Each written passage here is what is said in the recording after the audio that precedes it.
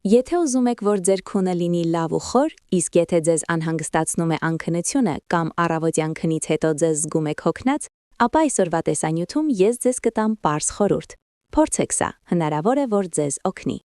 Բարև ձեզ, ես Անահիտն եմ և ողջունում եմ իմ YouTube ալիքում։ Այս բաղադրատոմսի համար մեզ պետք է ընդամենը 2 բաղադրիչ։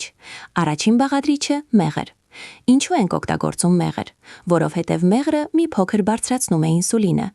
Իսկ երբ ինսուլինը բարձրանում է, մեր օրգանիզմը սկսում է արտադրել տրիպտոֆան, իսկ տրիպտոֆանի շնորհիվ սերոտոնին, իսկ սերոտոնինի շնորհիվ մելատոնին։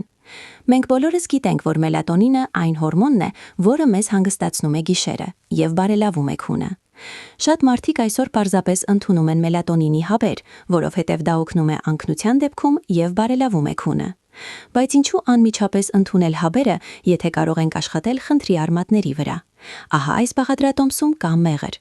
Երկրորդ բաղադրիչը հիմալայան վարդագույն աղ։ Վարդագույն աղը հիմա հեշտությամբ վաճառվում է։ Վարդագույն աղը պարունակում է շատ հանքանյութեր և համարվում է աշխարհի լավագույն աղը։ Վարդագույն աղը հանգստացնում է մեր ուղեղը, բարելավում է քունը և տալիս է մեզ օգտակարություն։ Իսկ հիմա ինչպես կարելի է սա ընդունել։ Վերցրեք 5 թեյի գդալ մեղր, ավելացրեք 1 թեյի գդալ հիմալայան վարդագույն աղ և լավ խառնեք։ Կարող եք պատրաստել ավելի մեծ քանակությամբ, բայց պետք է հիշել, հարաբերությունը պետք է լինի 5 մաս մեղր և 1 մաս աղ։ Սա պետք է խառնեք և պահեք ինչպես ձեզ հարմար է։ Իսկ հիմա ինչպես ընդունել։ Պետք է ընդունել կեսից մինչև 1 թեյի գդալ գիշերը, քնելուց 30 րոպե առաջ։ Ինչպես ընդունել։ Վերցրեք կես կամ 1 թեյի գդալ այս խառնորդից, դրեք լեզվի տակ և թողեք, որ ինքնուրույն խառնվի թքարտադրության հետ։ Օրգանիզմը ինքն է դա կլանում։ Այսպես պետք է ընդունել կես ժամ առաջ քնելուց։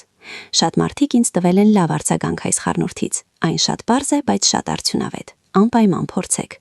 Իհարկե, եթե ունեք շաքարախախտ, ապա սա չի կարելի։ Եթե ունեք մեղրի նկատմամբ ալերգիա, ապա նույնպես չի կարելի։ Ընդհանուր առմամբ մեծ մասը կարող է ընդունել։ Հուսով եմ այս խառնուրդը ձեզ նույնպես կօգնի։ Կտեսնվենք հաջորդ տեսանյութում։ Մեծ շպիտով։ Շատ ժպտացեք, մի տխրեք, եղեք առողջ։